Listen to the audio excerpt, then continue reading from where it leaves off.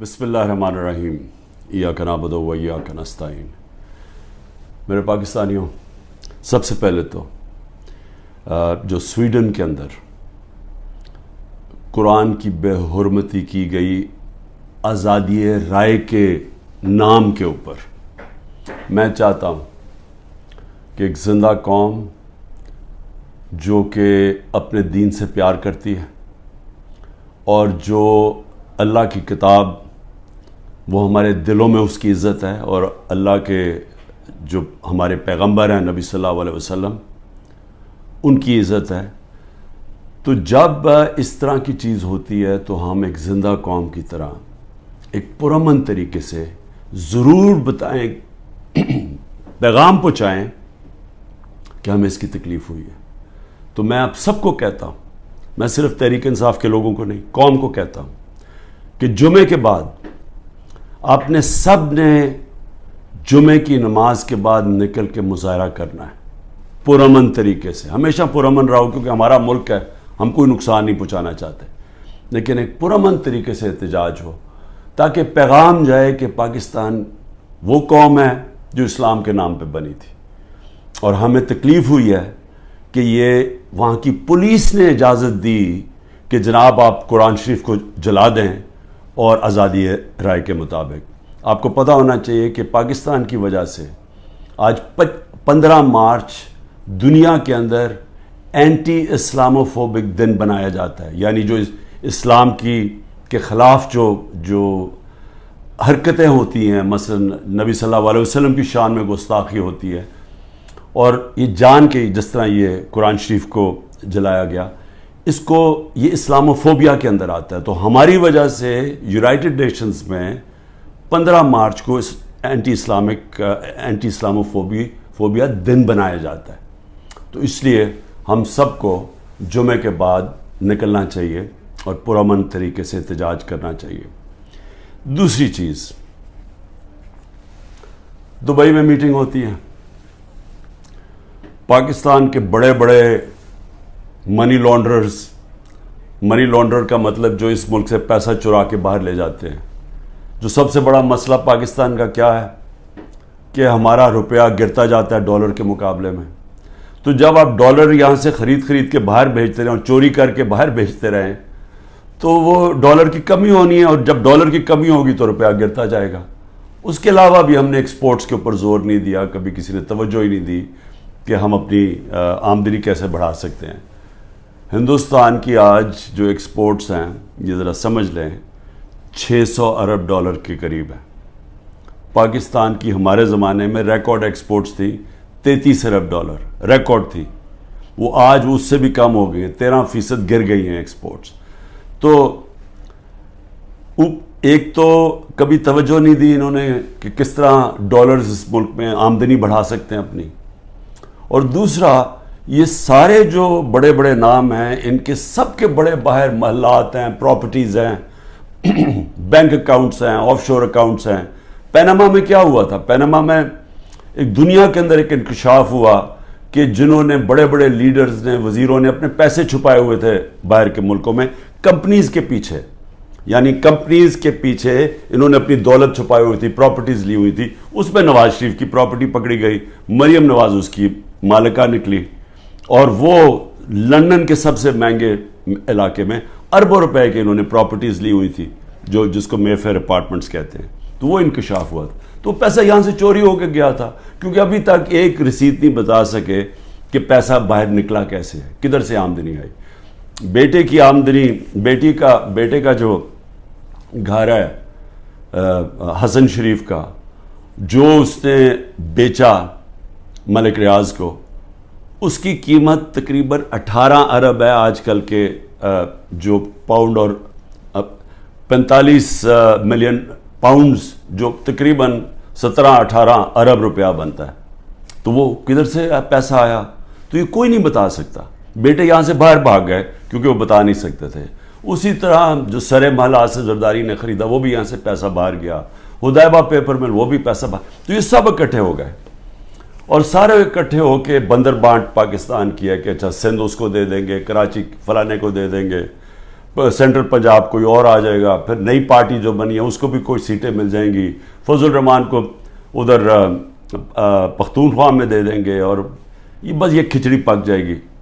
تو یہ ساری بندر بانٹ دبئی کے اندر ہو رہی تھی کہ جس طرح کہ کوئی سودا نہیں ہو رہا ہوتا کسی کے اوپر، یہ سودا ہو رہا تھا پاکستان کا. اور کس طرح جو سب سے بڑی پارٹی ہے خوف زدہ ہے کہ اس کو کیسے باہر رکھنا ہے، جس میں عمران خان کی ان کو گنہونے خواب آتے ہیں کہ یہ پتہ نہیں کہ واپس نہ آ جائے، تو اس کو کیسے جیل میں ڈال رہے ہیں. تو میں جو آج آپ کے سامنے یہ چیز رکھنا چاہتا ہوں کہ کون سے کیسز ہیں، ذرا آپ سمجھ لیں، کیونکہ میں تیار ہوں، انہوں نے ہو سکتا ہے کل پتہ نہیں میری 17-18 بیلیں ہیں، ایک بیل کینسل ہوگی جیل میں چلا جاؤں گا کل، نہیں تو اس کے بعد پھر عدالت میں میرا چکر ہے، اس کے بعد 2 دنوں کے بعد پھر ہوں گا. تو کسی ٹائم پہ بھی انہوں نے پلان بنایا ہوئے مجھے جیل میں ڈالنے کا. تو میں یہ چاہتا ہوں کہ پہلے آپ سمجھ جائیں کہ یہ کون سے کیسز ہیں، جن کیسز کے اندر میں صرف آپ کو 7 کیسز بتاتا ہوں جنہوں میں یہ جیل میں مجھے ڈالنے کی کوشش کر رہے ہیں، تاکہ آپ سب کو پتہ چل جائے. اور وہ میں اس لیے چاہتا ہوں کیونکہ میڈیا تو سارا کنٹرولڈ ہے، تو انہوں نے تو وہ ایک دم میڈیا میں پکڑنا ہے اور شور مچا دینا ہے کہ جی عمران کی چوری پکڑی گئی، تو یا چوری پکڑی گئی یا یہ قتل جو جیسے میں شروع کرتا ہوں کہ اس نے قتل کر دیا کسی وکیل کو. تو میں چاہتا ہوں کہ وہ 7 کیسز پہلے آپ سمجھ لیں تاکہ آپ کو سمجھ آ جائے کہ ایک طرف اربوں روپے کے یہ منی لانڈررز کے اوپر کیسز ہیں، شہباز شریف کے اوپر 24 ارب روپے کی کرپشن کیس میں جس کا انڈر ٹرائل تھا جب جنرل باجوہ نے بچا کے تو اس کو وزیر اعظم بنا دیا. اس کے علاوہ جو نواز شریف کی ابھی تک کوئی نہیں بتا سکا، وہ جو اس کی مے فیئر کی پارٹنرز، بیٹوں کے پاس پیسہ، اور یہ تو سامنے ہے، باقیوں کا تو ہمیں پتہ ہی نہیں ہے کہ کتنی ان کی باہر پراپرٹیز ہیں. اسی طرح زرداری کا ہے، اس کی بھی ساری باہر ان کی پراپرٹیز پڑی ہیں. تو ایک تو یہاں سے پیسہ چوری کر کے باہر لے جانے کے الزام ہیں. اب دوسری دفعہ دیکھیں کہ میرے اوپر 170 سے زیادہ کیسز ہیں، لیکن وہ کیسز ہیں کیا؟ تو میں پہلے شروع کرتا ہوں کوئٹہ کا کیس.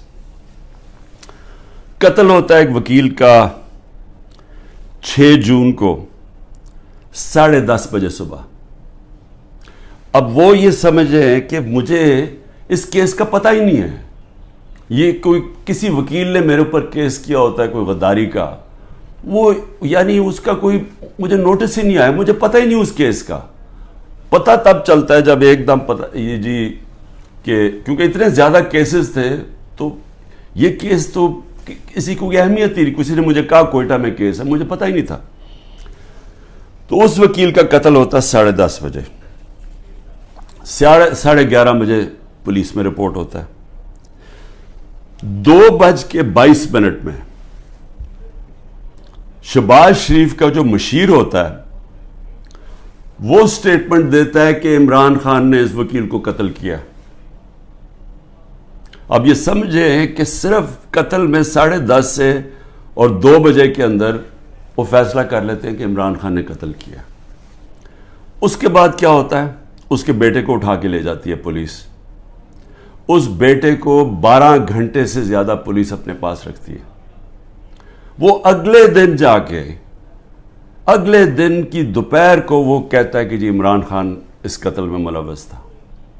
لیکن پھر کیا ہوتا ہے؟ اس کی جو بیوی ہوتی ہے، وہ جو دوسری بیوی ہوتی ہے، وہ کہتی ہے کہ فیملی کے لوگوں نے قتل کیا اس کو. وہ ویڈیو اپنی جاری کرتی ہے کہ فیملی کے لوگوں نے قتل کیا.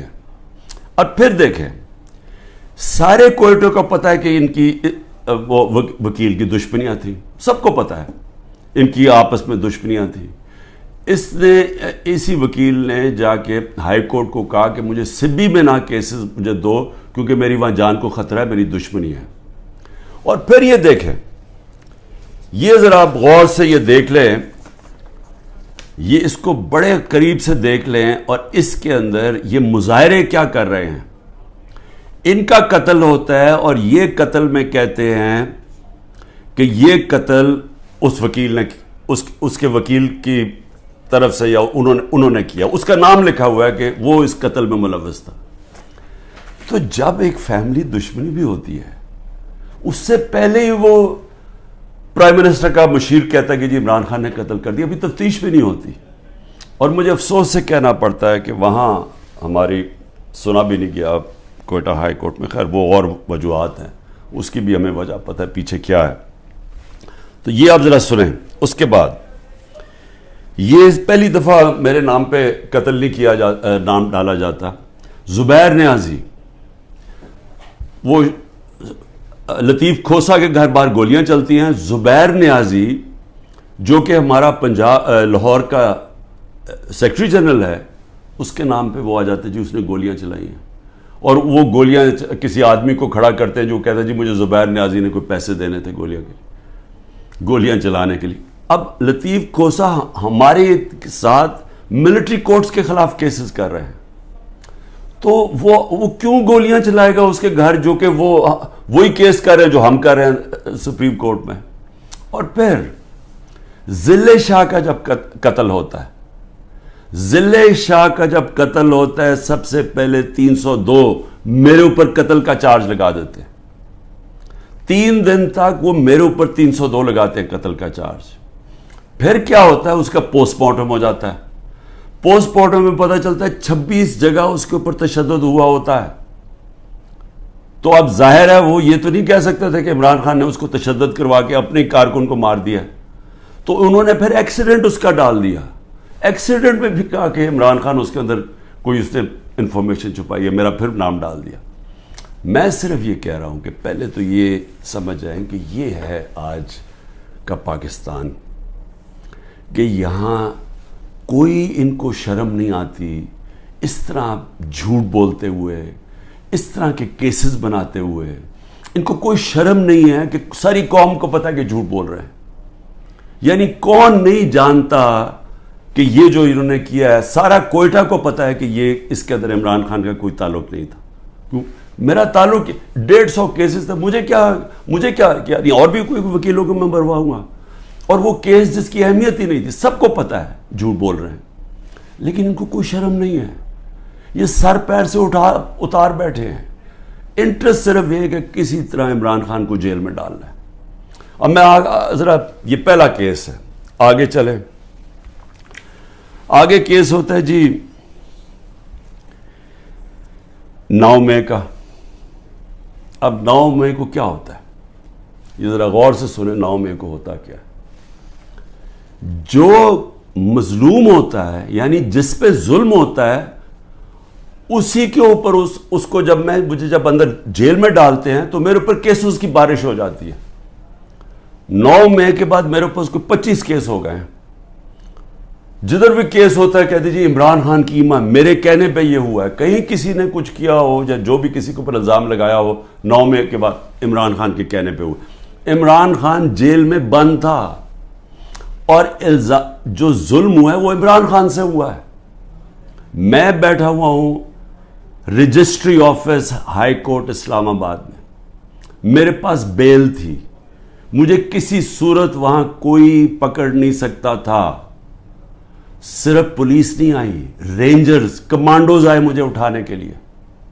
ساری دنیا میں کیا امیج گیا, شیشے توڑ کے, لوگوں کو ڈنڈے مار کے, وکیلوں کو زخمی کیا. وہاں کے بیچارے جو کام کر رہے تھے رجسٹری آفس, ان کو ڈنڈے پڑے, چیزیں توڑ دی انہوں نے, اور ایک دہشت گرد کی طرح مجھے پکڑ کے لے کے گئے. میرے اوپر سر پہ لگا, پیچھے میرے خون نکل رہا. کوئی شرم نہیں آئی, کسی نے ابھی تک بات نہیں کی کہ یہ بتائیں کہ کس قانون کے تحت انہوں نے پکڑا تھا مجھے. اسلام آباد کے ہائی کورٹ کے چیف جسٹس نے کہا کہ یہ اس کے اوپر ایف آئی آر کٹنی چاہیے. وہ اور بات ہے کہ وہ نہیں کٹی. سپریم کورٹ میں جب وہ کیس گیا, سپریم کورٹ نے اس کو غیر قانونی قرار دیا. اب میں سوال پوچھتا کہ کوئی جواب دینے والا ہے. بڑا شور مچا, آئی ایس پی آر صاحب نے کہا کہ جی بڑا توہین ہو گئی, فوج کی توہین ہو گئی. پہلے مجھے بتائیں کہ کسی اور کی بھی عزت ہے اس ملک میں, کہ ایک آدمی 50 سال سے دنیا مجھے جانتی ہے, کرکٹ کی وجہ سے جانتی تھی دنیا, سب کو پتہ ہے میرا, کسی اور پاکستانی کو دنیا نہیں جانتی جو آج مجھے جانتی. ساری دنیا کے اندر وہ خبریں گئی, وہ دکھایا مجھے جس طرح پکڑ کے لے کے جا رہے ہیں کہ جس طرح کوئی پتہ نہیں کوئی مجرم ہے, دہشت گرد ہے. پھر کہا جی کرپشن کیس پہ لے کے جا رہے ہیں. وہ کرپشن کیس کے اوپر بھی میں آنے لگا ہوں. اور لوگوں کو جو اس طرح ڈنڈے مارے انہوں نے, کوئی پوچھنے والا نہیں ہے, کیونکہ وہ طاقتور ہے, وہ سب کچھ کر سکتا ہے. جو مظلوم ہے, جن سے ظلم ہوا, اس کو ہی پکڑ کے اسی کے اوپر کیسز کرنے شروع کر دیے. جیل میں بند ہے اور کیسز شروع ہو گئے کہ جی اس کی ایما کے اوپر یہ ہوا ہے تو اس کی وجہ سے یہ ہوا ہے.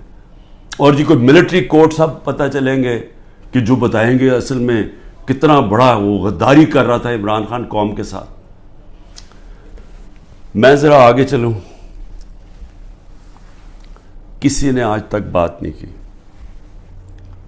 اور میں یہ خاص طور پہ اپنی آج قوم کو بتانا چاہتا ہوں کہ کیوں میں آپ کو کہتا ہوں حقیقی آزادی کی یہ جہاد ہے. یہ پولیٹکس نہیں ہے, یہ جہاد ہے. ہم غلام ہیں. غلاموں کے کوئی حقوق نہیں ہوتے.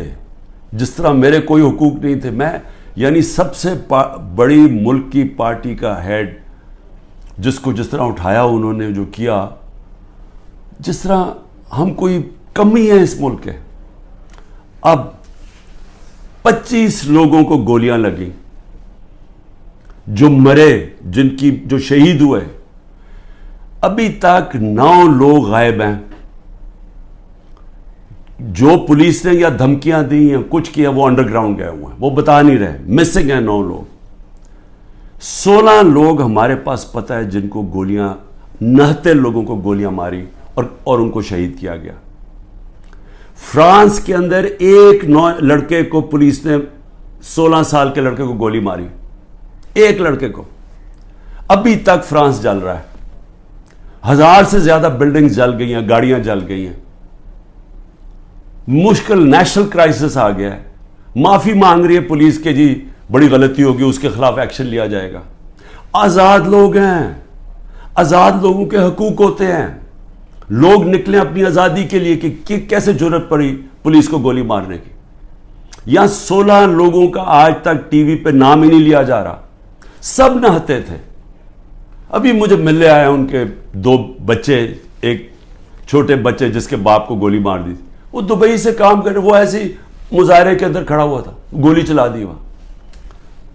میں سمجھتا تھا 2 لوگوں کی ٹانگیں ضائع ہوئی ہیں, 3 لوگوں کی ٹانگیں ضائع ہوئی ہیں.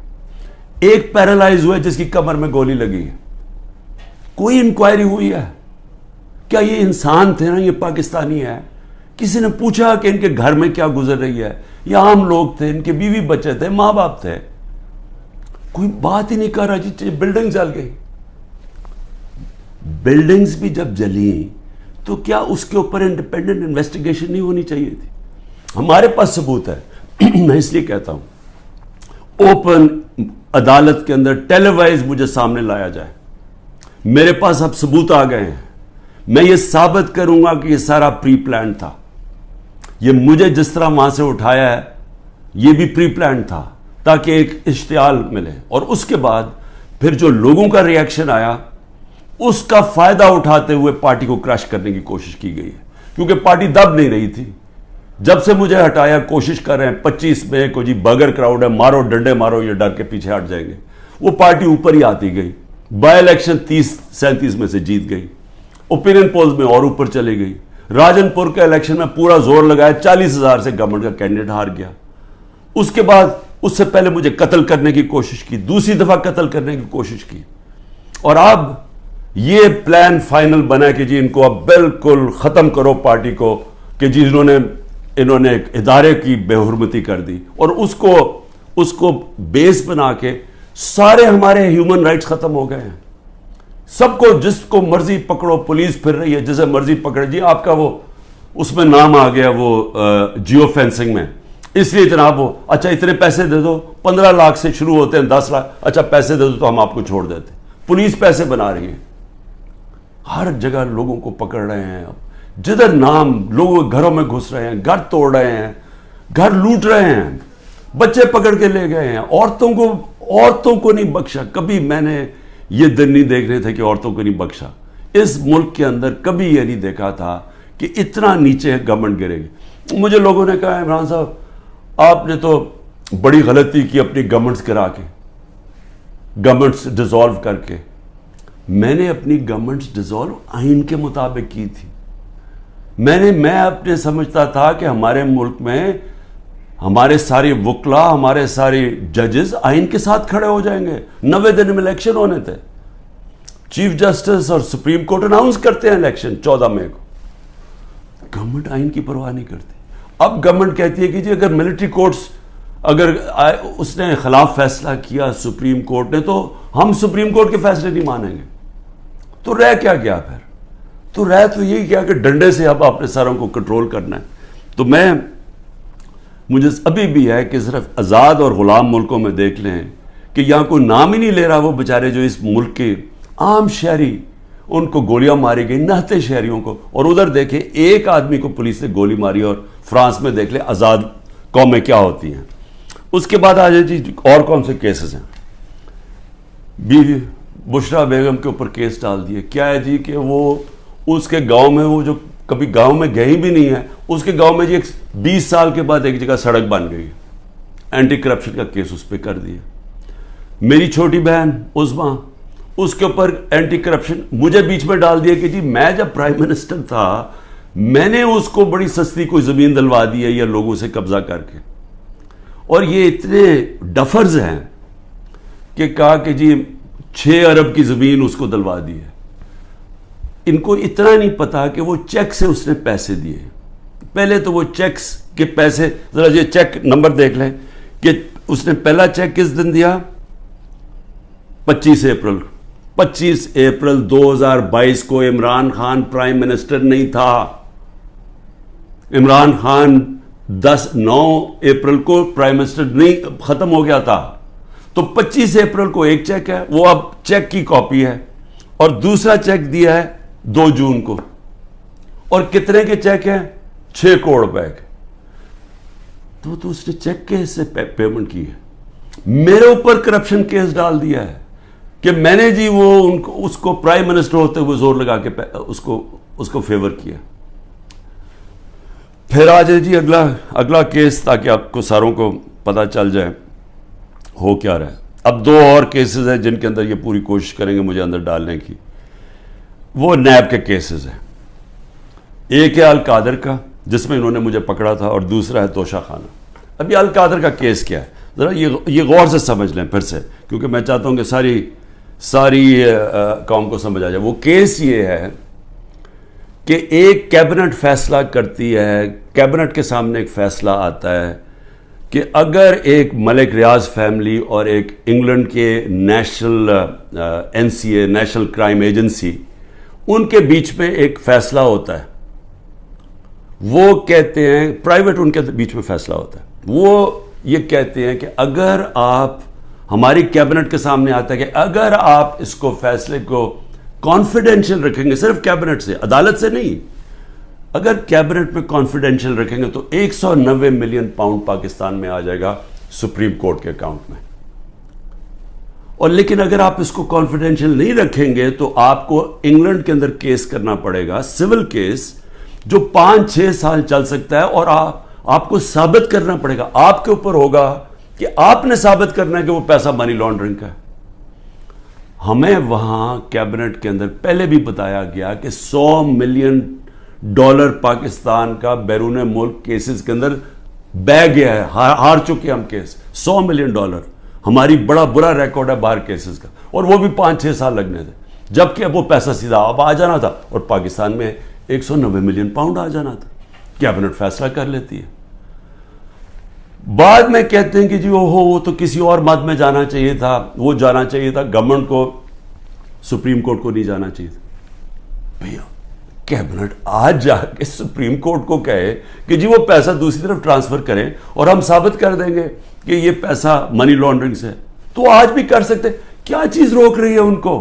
پیسہ تو پاکستان آ گیا ہے. اور کہہ یہ رہے ہیں کہ اس سے 7 مہینے پہلے جو کہ القادر یونیورسٹی جو چیریٹیبل ٹرسٹ ہے ادھر چل رہے ہیں، ادھر مفت تعلیم اس طبقے کو دی جا رہی ہے جو بچے کبھی یونیورسٹی تعلیم نہیں لے سکتے، مفت تعلیم ان کو مل رہی ہے وہاں. یہ کہہ رہے ہیں کہ میں نے القادر کی وجہ سے کوئی فیور کروا دیا. یہاں ساری کیبنٹ کا فیصلہ، وہ سب نے یونینمس فیصلہ، وہ لا منسٹر بیٹھے ہیں وہاں، وہاں کیبنٹ سیکرٹری بیٹھا ہے, وہاں ادھر فائنانس منسٹر بیٹھے ہیں, وہ سب نے فیصلہ کیا. لیکن عمران خان نے اس لیے کیا کیونکہ اس کو القادر میں عمران خان کو کیا فائدہ ہے؟ مجھے یہ بتائیں کہ وہ القادر کے ٹرسٹ میں لکھا ہوا ہے کہ 1 روپیہ نہیں مل سکتا ٹرسٹیز کو, جس میں عمران خان اور بشرا بیگم ہیں. جس طرح نمل یونیورسٹی کے ہمیں کوئی پیسہ نہیں مل سکتا, جس طرح شوکت خان ہمیں نہیں مل سکتا. یہ چیریٹیبل ٹرسٹ ہے.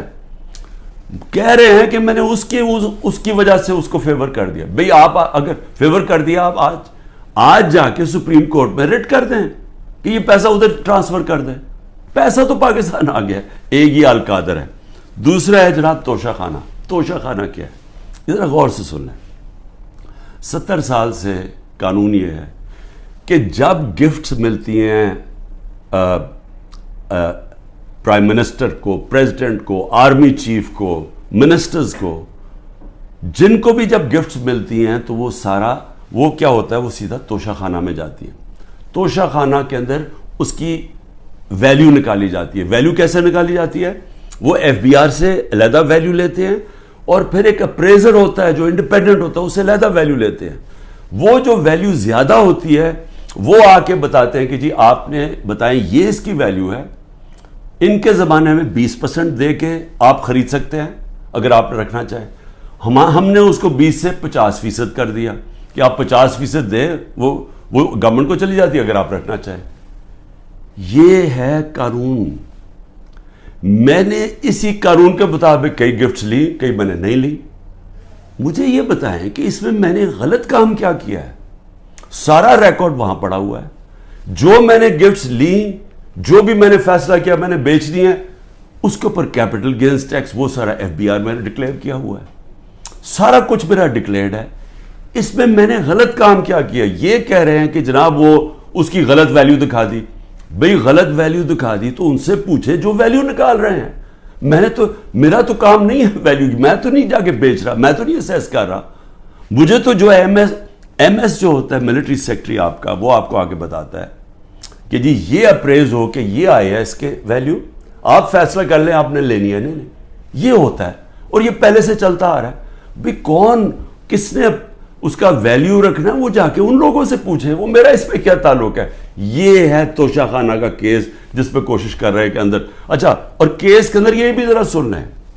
ایک توشہ خانہ کا کیس ہے, اس کے اوپر نیب بھی بلا رہی ہے, اس کے اوپر الیکشن کمیشن بھی اس کو اٹھایا ہوا ہے, اور ایف آئی آر بھی کاٹی ہوئی ہے اس کے اوپر. یہ کبھی ہو ہی نہیں سکتا کہ ایک ایشو کے اوپر 3 مختلف جگہ کیسز چل رہے ہوں. تو صرف اور صرف میں اس طرح بتانا چاہتا ہوں کہ یہ جو مذاق ہو رہا ہے میرے ساتھ, اب تک 170 کیس ہو چکے ہیں اور بڑھتے جا رہے ہیں ہر تیسرے دن. لیکن میں جو آخر میں کہنا چاہتا ہوں اپنی قوم سے, دیکھیں جس طرح اب ہم جا رہے ہیں نا, یہاں حکومت نہ کسی آئین کی پرواہ کر رہی ہے, کوئی آئین کی فکر نہیں ان کو. اداروں کو انہوں نے تباہ کر دیا, کیونکہ اداروں کا 1 پوائنٹ ایجنڈا ہے کہ کسی نہ کسی طرح تحریک انصاف کو ختم کیا جائے. کیوں ختم کیا جائے؟ کیونکہ ان کو ڈر لگا ہوا کہ جب الیکشن ہوں گے تو تحریک انصاف جیت جائے گی, اور یہ وہ لوگ جو سمجھتے ہیں ہم نے عمران خان کو ہٹایا, اب اس کو ہم نے واپس نہیں آنے دینا. یہ سارا ملک تباہی کی طرف صرف ایک 1 پوائنٹ ایجنڈا پہ جا رہا ہے. اب میں اپنی قوم کو کیا کہنا چاہتا ہوں, دیکھیں ہم نے فیصلہ کرنا ہے کہ کیا ہم نے اب اس خوف کی زنجیروں کے اندر اپنے آپ کو غلام رکھنا ہے. میں نے آپ کو بتا دیا کہ آزاد قوموں کے اندر ایسی چیزیں نہیں ہوتی.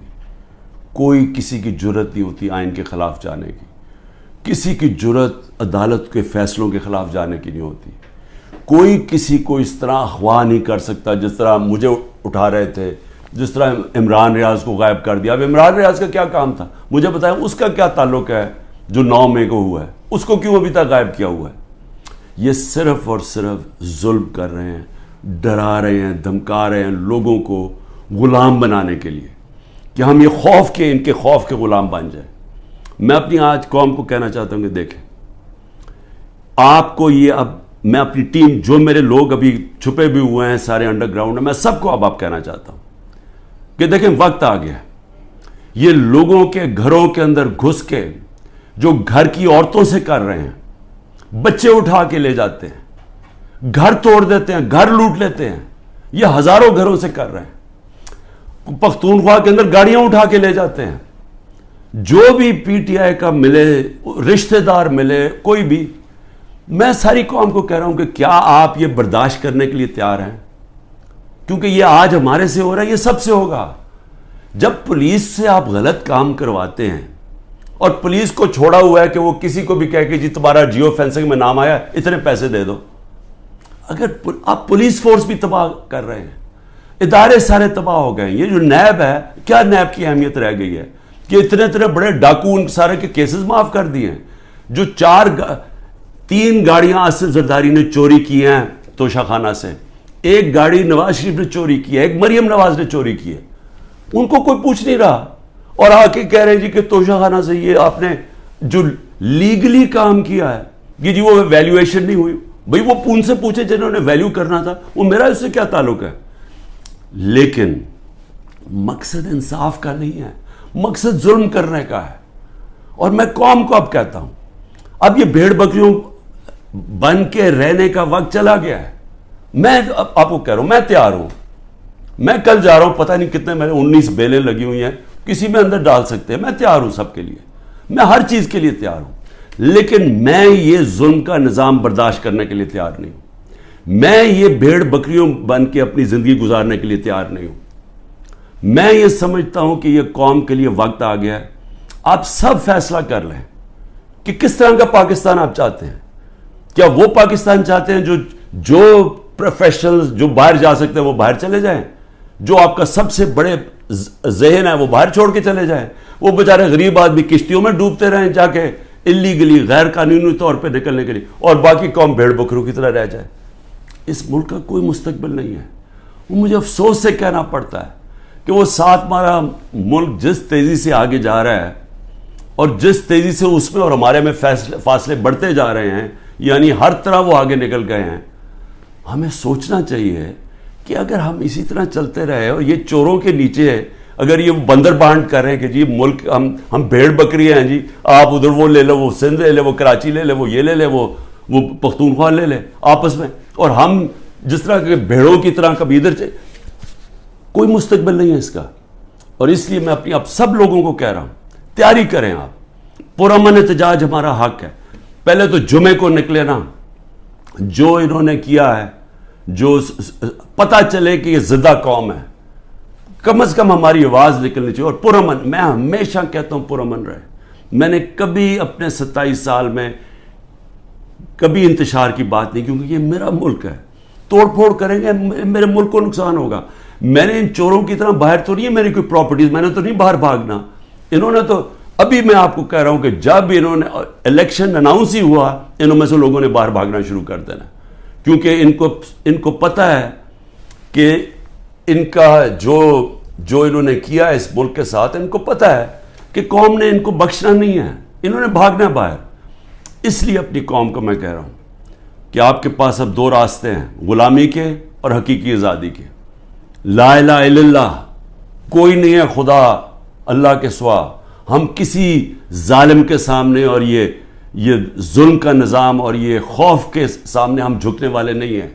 ہم نبی صلی اللہ علیہ وسلم، محمد مصطفیٰ، دنیا کے سب سے عظیم لیڈر، ہم ان کی امت ہیں، اور وقت آ گیا ہے کہ ہم اب اپنا سٹینڈ لیں اور پرامن طریقے سے تیاری کریں نکلنے کے لیے سڑکوں پہ۔ پاکستان زندہ باد۔